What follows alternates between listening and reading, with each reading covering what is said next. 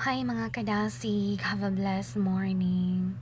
So, tapos na po ang aming graduation kahapon and yeah, it was so unforgettable moment kasi yun, sa wakas nakatapos na din.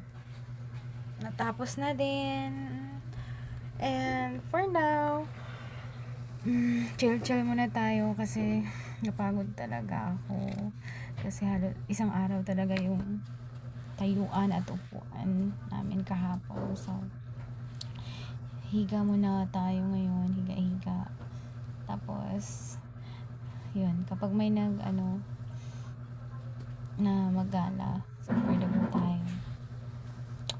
I'm so inaantok pa ako ngayon, but okay naman.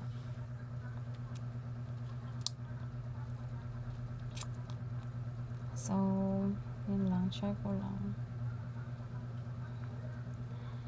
Gusto ko naman talaga, tsaka pala, punta pala ako ngayon sa Jehovah's Resort swimming pool kasi maligo kami. Yun. Kasi yung kaibigan ko, magsi-celebrate siya doon. Naglechon siya kagabi, tapos maligo na naman sila ngayon, tapos invite niya ako. So makikisali lang tayo kasi kami, pagkatapos ng graduation ko kagabi, kumain lang kami ng family ko sa Mang Inasal, tapos sa Chorks. So yun, uwian na.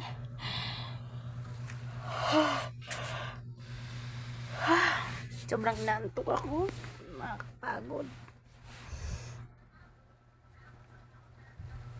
So, sa mga lahat ng graduate dyan, congratulations. We've done the first steps of our journey. So, laban lang. So, relax muna tayo saglit, tapos laban na naman sa panibagong hakbang sa ating buhay.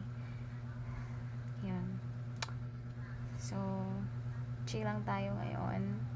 And yes, kung may mag-invite sa atin na paggala din, for the go tayo. Kasi minsan lang naman minsan lang. Kapag nagtatrabaho na tayo, hindi na tayo basta-basta makagala. Kasi hindi na natin hawak ang ating oras. Hawak na ng mga bosses natin. Share ko lang. Well, anyways, thank you so much for giving a time to watch this video. And hope you guys are good there. God bless.